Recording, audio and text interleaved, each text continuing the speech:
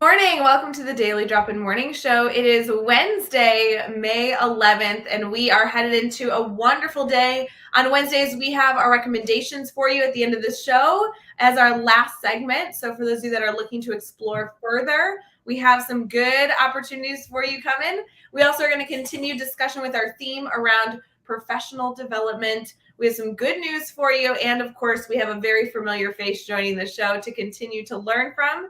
So go fill up your coffee. We'll be right back.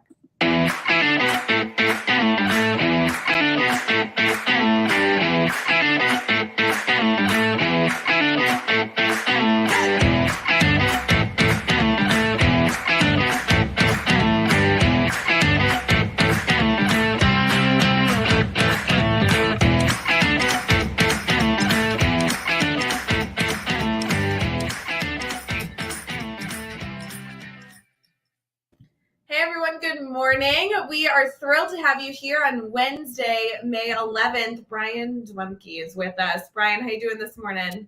Doing very well. How are you this morning? Good. I was going to call you like Dr. Bryan Zwemke, and then I hesitated. And I mean, do you require that everybody like call you a very formal name at all times? Absolutely not. No? No. No. Is it bad that if I was a doctor, I would only go by that? Like my sister is graduating with her doctorate in veterinary studies, which I know is different, but like still, and I have decided we're only going to call her doctor forever. She's probably more qualified to be an educator than I am with my doctorate. I don't think that's true. You've been in education for quite some time. Actually, speaking of, would you introduce yourself for our community who may not be aware of all the work that you do? Sure. And then we can go back to the mocking. Absolutely. Yeah, that will be next. But like we're 2 minutes in. We have to, start with some basics. All right. Bryan Zwemke. I am a high school principal. Did you mean Dr. Bryan Zwemke? I did. I must have been muted. I've been working in the field for 20 plus years. I taught for a half a dozen years. I've been in administration for a number of years in a variety of roles as a dean, assistant principal, middle school principal, high school principal. Enjoy that role. Coming up to the end of a school year is always fun as a high school principal. Got my doctorate. I don't know if you've mentioned that yet. That you have a doctor title? Yeah, I think it's cool. I want a doctor title. Yeah. You know what? I've consumed more Dr. Pepper now that I've been a doctor. Really? Is that like your go-to now? You're like, oh, I feel like we have something in common? I used to be like a Diet Coke person at McDonald's, but then all of a sudden, like Dr. Pepper's there, and it's good because McDonald's pop just hits on a different level. And everybody knows this. That's kind of me. Love it. So fun. We have Marie in the comments and Andrea. Good morning. Thanks for waking up bright and early to join us live. Always good to see those comments coming through. Special shout out, of course, to those of you listening after the fact on Teach Better Talk podcast. We appreciate you subscribing, rating, and reviewing, and being a part of the show, even if you're not here live with us. But I don't know. I think it's going to be a good conversation. Bryan, I know you've done a ton in the field of education. We've been friends for a long time. We've served on a few boards together. I know you've been live with the team, a few different opportunities over the last few years. And then also you run our weekly mastermind for administrators, which is a way that I know our community engages with you on a very consistent basis. Yeah, I've been fortunate to run the morning admin mastermind, and then the great Brad Hughes does it better than I do in the evening. But everybody's always welcome to hang out with us in the morning, Tuesday mornings, 7 Central, 8 Eastern. And we get it done in the morning. We talk a little bit, have some coffee, talk about the highs and lows of leading and learning. And it's a good time.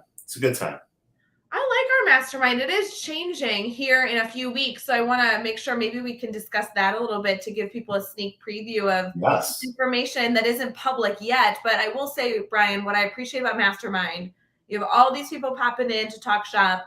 I like to sit back, drink my coffee, eat a Pop-Tart, and just enjoy the dialogue. What flavor Pop-Tart? I think typically cinnamon, like it's like the frosted cinnamon flavor. That's a thing. You put it in a toaster or in a microwave? No. I don't have time for that because daily drop-in ends at the top of the hour typically, and Mastermind starts right away. So I only have time to grab it out of the container, open it out of the, like silver wrapping, and that's as good as it gets. Mm-hmm. Wow. That's commitment on your side to eat. Like the first couple bites probably are like, this is good. And then halfway through, are you rethinking life? No. I like that two come in a pack. So when you only eat 1.5, it's like none of the calories counted because you didn't eat the whole thing. Usually, like 10 minutes into Mastermind, you usually turn your camera off. I thought maybe you just go and nuke your Pop Tart. I didn't know what was going on. That's what I should do. I think that this is going to be a goal. Now that Mastermind's changing here in a few weeks, maybe they'll give me more time to make sure that it gets in the toaster, gets all crispy. I do like, it tastes better that way. Do you think we can get Pop Tart to sponsor our Mastermind? Oh my gosh, that's what we should do. I know that's a great idea. Let's do it. Like pop in for a Pop Tart? Oh, that's funny. Pop in for a Pop Tart with administrators coming together from around the world, right? This could be like a thing. Yeah, I love it. I like it. Here in a few weeks, friends, if you're interested, Mastermind is going on a little bit of a summer break, which is kind of fun. Don't worry, it's still happening every single week. We're just adjusting it slightly and actually giving you all more opportunities to not only participate, but be able to brag on some of the big accomplishments that group is continuously working on. So starting on the 7th of June, so it's like the first week of June, the first Tuesday of June, Mastermind will begin in the morning only. So we are not going to have the evening option. We're hoping that in the evenings, you are all spending time with family, relaxing in the sunshine as the, kind of like family summer begins. And it will be happening in the morning an hour later. So it'll be 8 a.m. Central, 9 a.m. Eastern. I know, Brian, you and Brad are kind of tag teaming the fun of having that morning session. And we're doing 4-week segments where everybody that joins will be able to earn a badge. There'll be a topic specifically focused on for 4 weeks. You can kind of earn an accreditation in some regard for focusing on that topic. And Brian, this all came from some great ideas that you and Brad had to really revamp the program and continuously make it as valuable as possible for administrators. So I can't wait to see it all come together. After you complete all the cycles and earn all the badges, you know what you get? A Pop-Tart? Yes.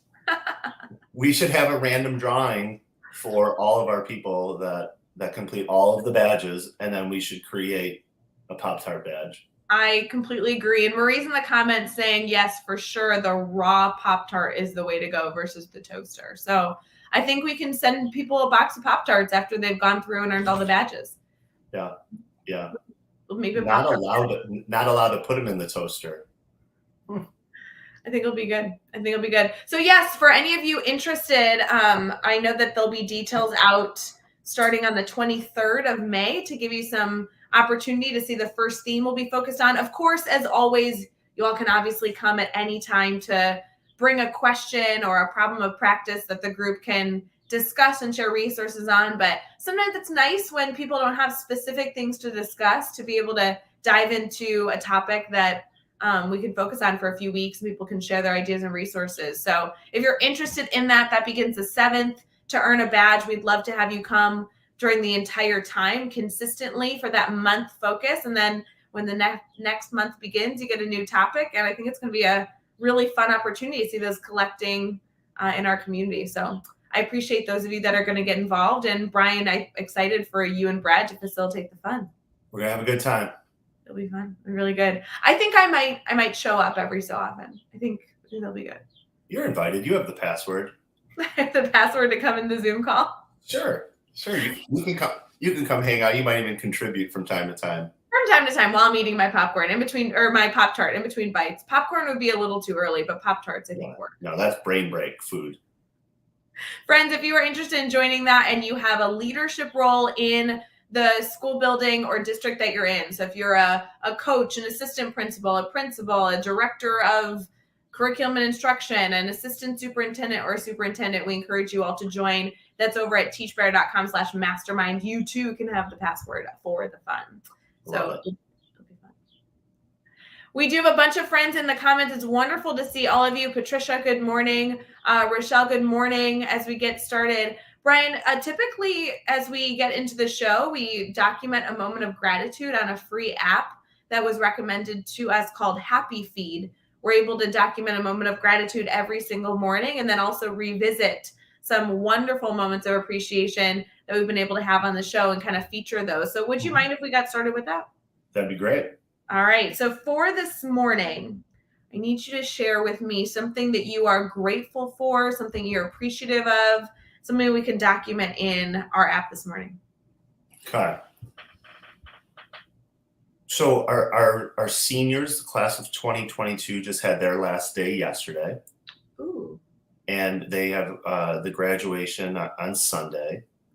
And I was walking around my building yesterday, and I was talking with the kids and seeing teachers and looking at social media feeds, and you see like them as kindergartners all the way to their senior year, and you just think about this, a little preview of my speech on Sunday, which is short because the parents aren't coming to hear us talk.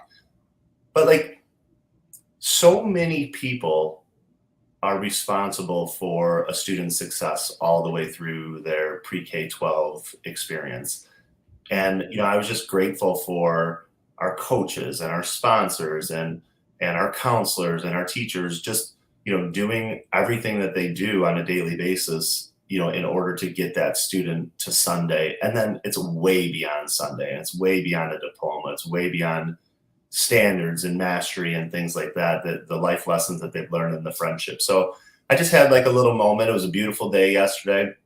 We started summer yesterday somehow and skipped spring, but it was just great. It was a grateful moment just to chit chat up with our kids and what their plans are, and I felt grateful. I had a moment of gratitude. That's a great moment to document. I think that's a great reminder for all of us, all the impact that we can have on students over the years. It's very powerful. It's a great one. I will say though, with the comment about, summer from the winter, skipping spring, I don't know what happened here in Illinois. We went from like 50 degrees to 90. I really just wanted a 70-degree day. It didn't happen. So for those of you this morning, if you're live with us in the comments, I'd love to hear what's the temperature wherever you are currently. What's the temperature? Because I might need to fly to one of these locations of some of our Teach Better community to get some spring weather. We skipped it. I don't think we're going to get a 70 till like October. Oh, I know. That's what I'm saying. It's like instantly 90. Like we had no middle. My AC's been out for 3 days. I'm not thrilled. Your air conditioning's out? This is the first time I'm hearing about that. Oh, is it? I may have mentioned it like 12 times to you yesterday, but maybe you forgot. I mean... Are you saying that I have been complaining? Is that what Absolutely not. No. Are you telling me that seeing me yesterday on Mastermind and to now that I have maybe complained to you about something? No, I think that you have been very level-headed about your air conditioning. I would lose it. I would absolutely lose it. I don't like to be hot. I know, right? So my griping is appropriate. That's all I'm saying. Totally appropriate. I would have figured you would have been taking this call from a Holiday Inn Express. I'm actually sitting in my freezer right now. That's good. That's good. That's good. Definitely do not use a toaster this morning. No, and I was gonna cook something for dinner last night, and I truly just gave up because I didn't want to turn on the stove. No, just ice cream. Ice cream. That would have been a good recommendation. Yeah. Friends, we'll be right back with some good news for you. Thrilled to see that some of you are having some better weather than I am.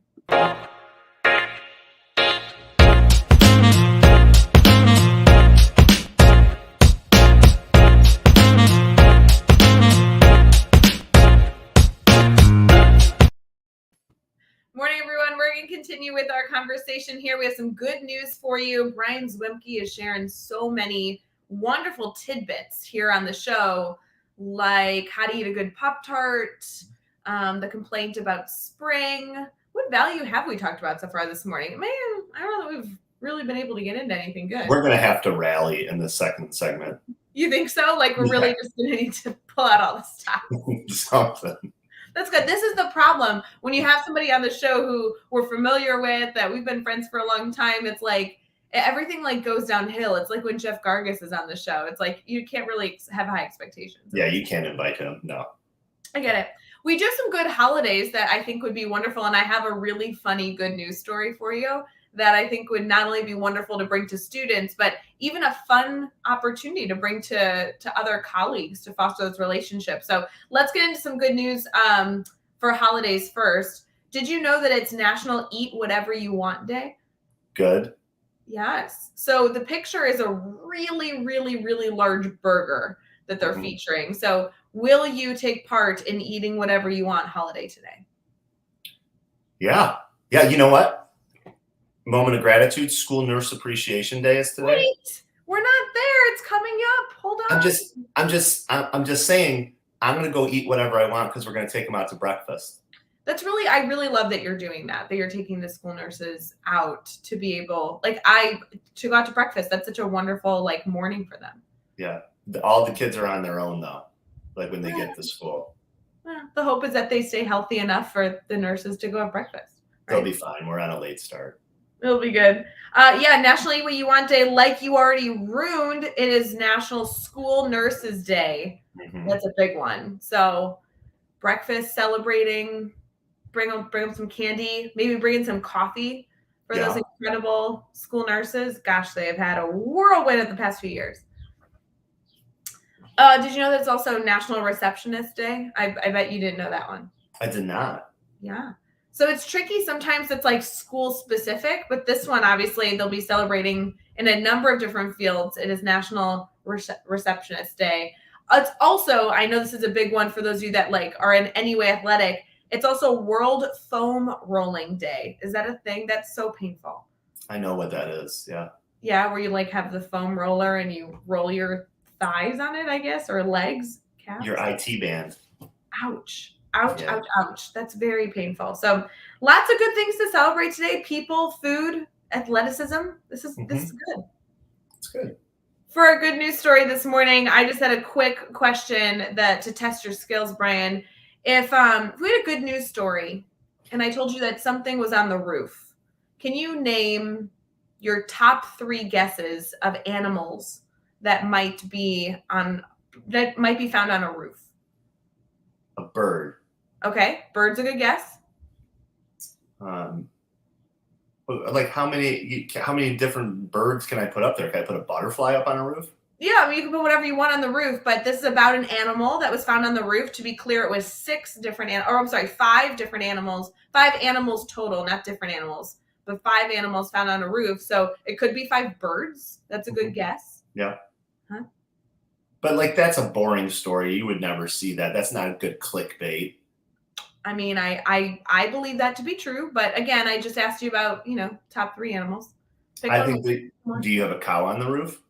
You think that a cow can get on the roof? I think that you think there are 5 cows on a roof? No. Let's go 5 dogs on a roof. 5 dogs? Okay. Yeah. I think that would be something I would click on. I do love dogs. I need one more guess. Let's see. Let's do some horses on a roof. Again, that's like putting a cow on the roof. Those are so big. You can't put 5 horses on a roof. What if the roof fell down? That's what I'm saying. If this is impractical. 5 horses wouldn't make it on the roof. The roof would break first. What if the roof was floating? What? I think you're struggling to name good animals. I'm just saying, we could have gone birds. Butterfly wasn't bad. Squirrels? A squirrel, a chipmunk. I mean, we could have really gotten into it. Whatever. Joke's on you. It does say, by the way, that it was 5 sheep that were found on the roof, which I thought was really impressive. But when you brought up the cow and the horse, I'm like, hold on. That would be quite a story. The reason I thought this was a really great story to bring to students, though, is as we get into some good news stories, all 5 sheep were perfectly fine as they were saved on a roof of a home just a few days ago. But the pictures are so funny. So for me, as a former writing teacher at a middle school level, I would have absolutely not told them at all about this story, brought up the picture and had them write some sort of creative prompt or just like get the discussions going of like what is going on in this picture, because there are truly 5 sheep on a home, and the community had to band together and bring in the fire department to rescue these sheep at the top of the house. That's kind of cute. How did they get there? Tell us more. You know what? The article goes into a lot of their guesses, but I think if they knew how the sheep got up there, then they may have, like fixed that problem or been able to predict it. This is here, while there were many sheep jokes, they don't actually know how all 5 sheep got up there. So, all right. Some good climbing skills, maybe? I guess. I think it's good. I do want to make sure that we have time to get into some good discussion with our weekly theme this week. And then, of course, we have some recommendations for all of you. So we'll be right back for our brainstorm bank.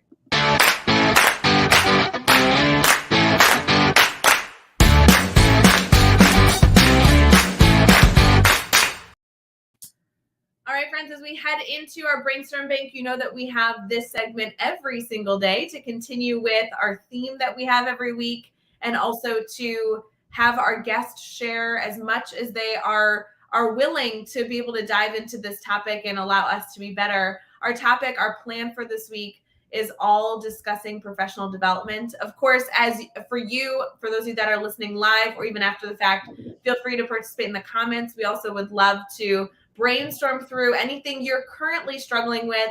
Bryan and I don't promise to have all the answers, but of course, we're happy to be here throughout the brainstorming process to see if we can head in the right direction. So with the theme this week, Bryan, being on professional development, it was all focused this week on trying to find the right strategy, the best strategy to implement any sort of professional learning in a school building, in a school district, in a community, anything in between. So what are your thoughts on professional development implementation? Should we start there?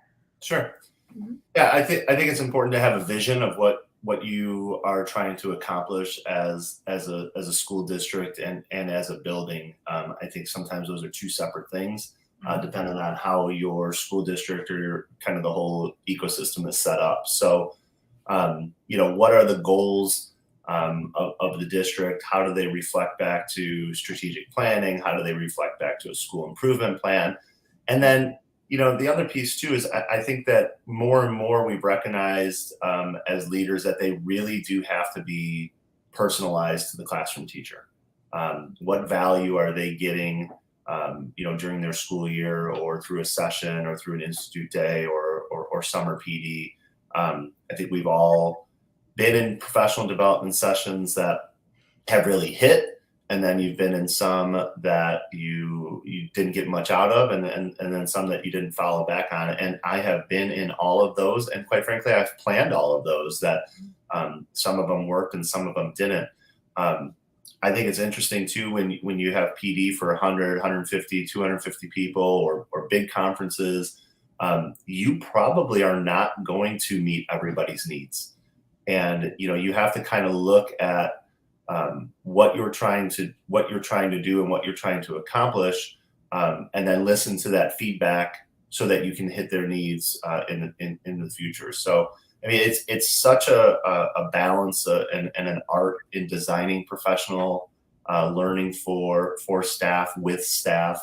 And I've kind of gone through a career arc of everybody needs to know X. And then everybody got X. It's guaranteed and viable for everybody. And at times that was really important. And then other times, depending on where our staff was at, then you design something for them to be able to explore on their own and give them their own agency and voice and choice. I think people like that more. I also think that sometimes a staff just needs some time to explore.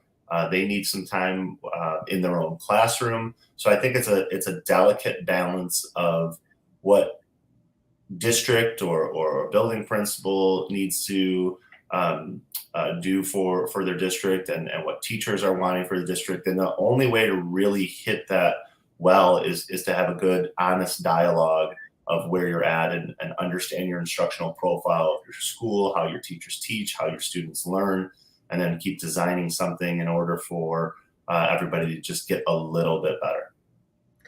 There's so many elements of that I want to dive into, but the one at the very beginning you mentioned having a strategic plan that like aligns to then the professional development that you have. It's very similar to a lesson plan, right? The lessons that you do in the classroom needs to align to the work, the standards that you're striving to master, and that long-term vision of the work being done at a classroom level. Do you think that there is similarity to the classroom structure to then how we can support our teachers in that strategic plan? Yeah, I think, really good professional development models good instruction. So, if you're doing professional development and then your teachers replicate what you just did, and if you wouldn't go into that room and say, this isn't what I'm looking for, then why are you leading professional development in that manner? So you need to have some direct instruction, sure, and some level of this is what we're doing today and road mapping. But then you have to give people an opportunity to learn. You have to give people an opportunity to grow. Give people some opportunity to get in and out of their comfort zone. Sometimes, in a 45-minute session or an hour session, you get them right up to that kind of crescendo, and then you're like, okay, and now we're moving on to the next piece. So just like I think a lot of good teachers do, less is more in the classroom, so that their students have an opportunity to dive deep into the lesson and reflect and think and have that whole metacognitive process. We need to do the same, within professional learning, because if we do 9 sessions in a day and everything is 30 minutes and it's like speed dating, they don't have a chance to actually process what they're learning for the day. No, I think that's so important. As we get into kind of finding your perfect fit for professional development, I think there's a lot of different areas of discussion. I do really value the suggestion about the strategic plan being something that you do first, so you know where you're headed. I think that's so important, and being able to model what you want to see. I think that's a practice that is easy to forget since we're dealing with adults. They can handle kind of some natural go-tos that are more lecture focused or things like that are kind of easy to check the box to say, oh, we expose them to this information. But remembering those best practices, remembering how we can teach our students to be most successful in the classroom and be able to mirror that in PD, I think is such an important reminder, especially as we head into May and continue to support our educators at the end of the year. Super important.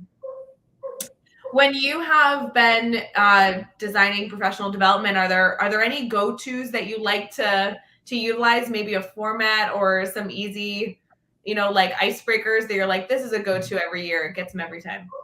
A lot of times I think about like institute days and opening day, and those are, you have 4 or 5 of those a year.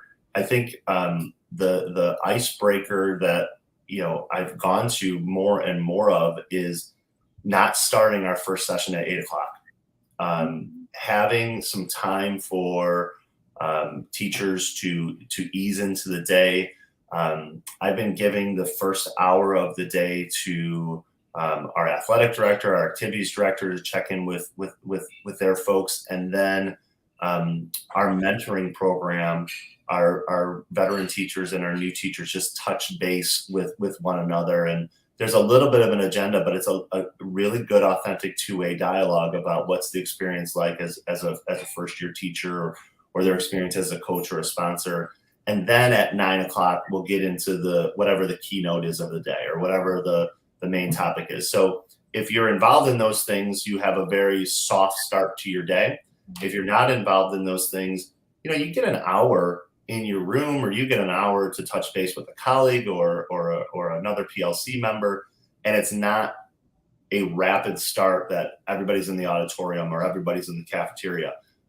So I think the 2 things that are very, very important for icebreakers for me is just that soft start, is you're feeding your people, and then number 2, you're giving them time to get into their day and get that right mindset, because not everybody's going to bring 100% ready to learn every single day. It's the same thing with students. Is if you can bring 75% of yourself there, then great. If you can bring 50% of yourself there, great. Sometimes people are super open to professional learning for that particular day, and sometimes they're closed. And so we certainly have to be able to come back to whatever that we're learning over time. So it's just not a one-off professional development. But food and time, people like it.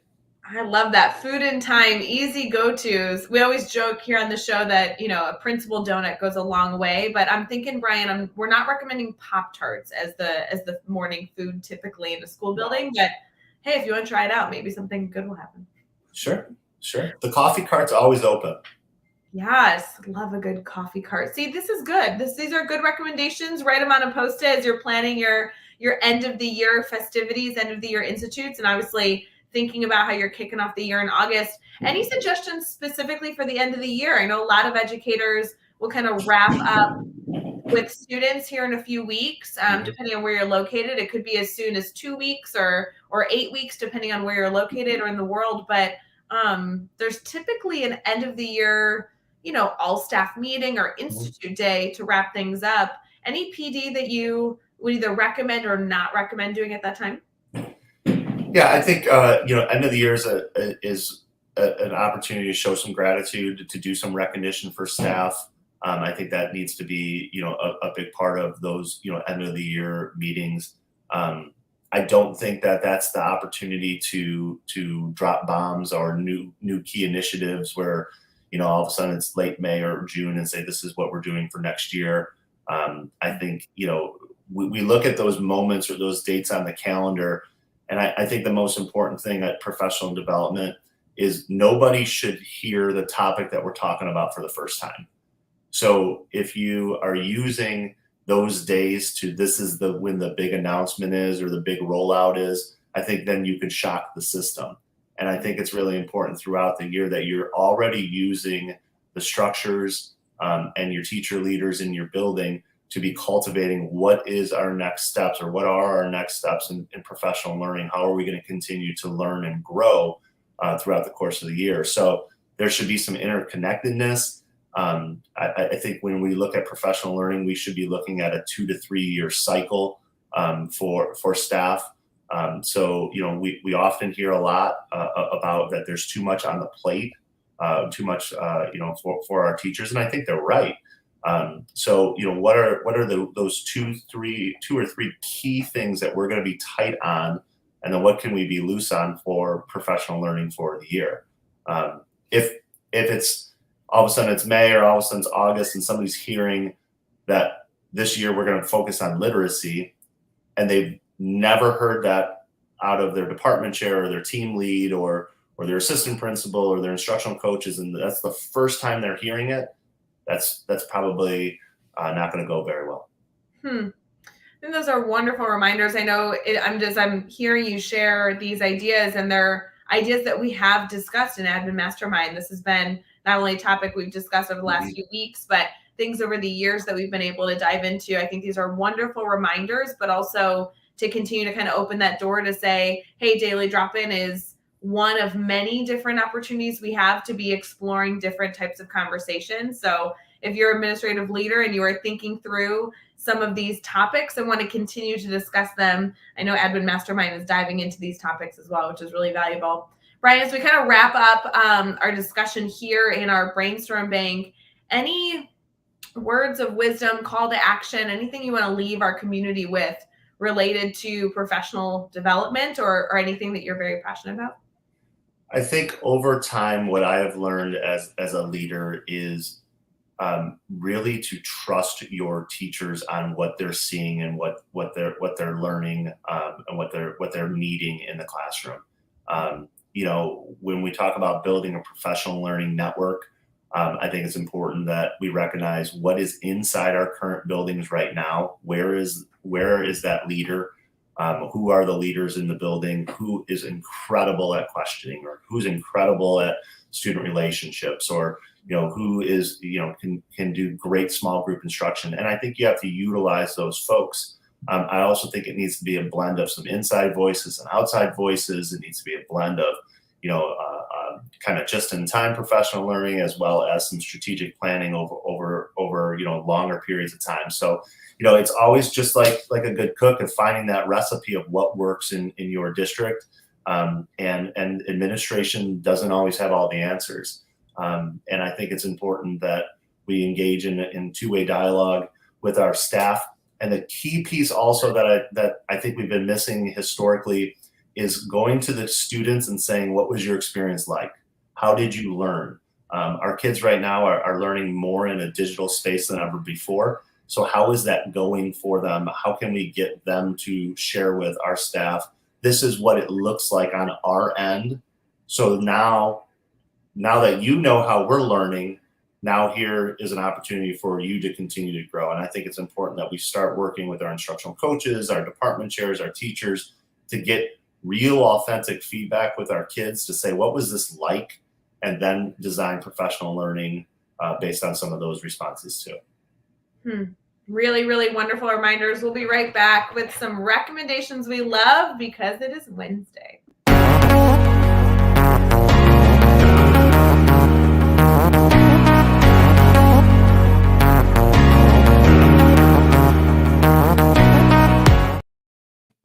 All right, friends, as we wrap up our conversation here, it is Wednesday, May 11th, and all of you, I'm sure if you've been listening to the show before, know that on Wednesdays, we do a very, very special segment where we get to make some recommendations for all of you to continue your exploration in a variety of different topics. If you want to continue to explore the topics being discussed on the show or resources that have dramatically impacted our guests, it's always a wonderful opportunity to pick up a new book, check out a new podcast, or read a new blog, however you choose to consume your content. Bryan, if you were to identify some resources that have dramatically impacted you as, an educational leader, what would you turn to as recommendations that you like to share with others? I think I start kind of really with this team. There's so many opportunities to learn and grow with this team. I think it's key that you do look outside of your four walls, because you can get a little bit trapped in just seeing what you see every single day. So I think having a professional learning network is really a key component. Getting on listservs, joining different groups, becoming active on social media really is important. And I think the other thing too is, you get a lot of emails or a lot of things come in your feed. And if you're not ready to consume those at the time, often you can delete them and you're missing an opportunity. So I think sometimes when those things come at us digitally, just to take a look at it and go, okay, this is something that I could learn and grow at. And I've reached my capacity for learning for the day, or this is a busy time of the year, whatever it is. And just to take it, put it in your Google task, answer it a couple weeks later, whenever you're, mentally ready or have a more regular capacity for learning, then be able to grow. But there's so much great content out there, and there's incredible educators across our country. And I think it's important that we tap into those professional learning networks.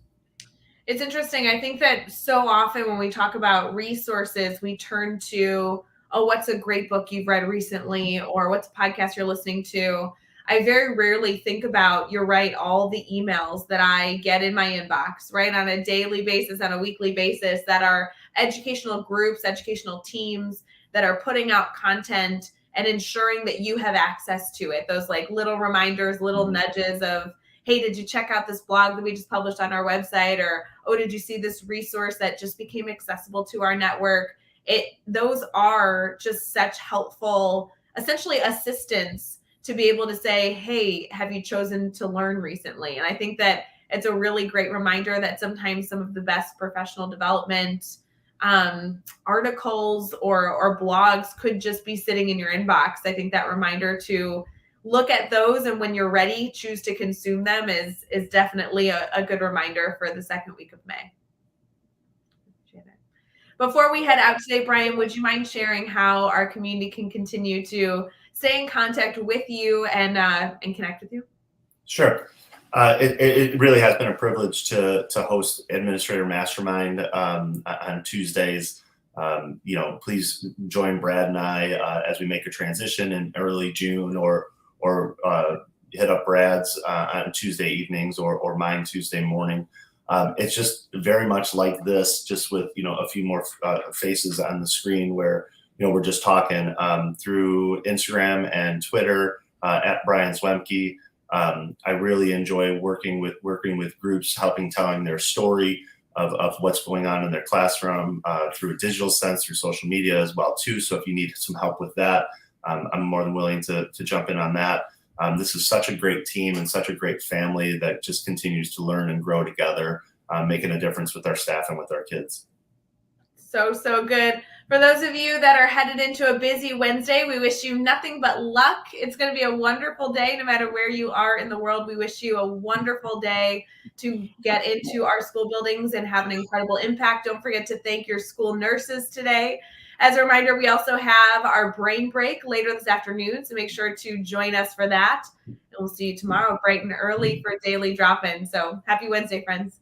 Bye, everybody.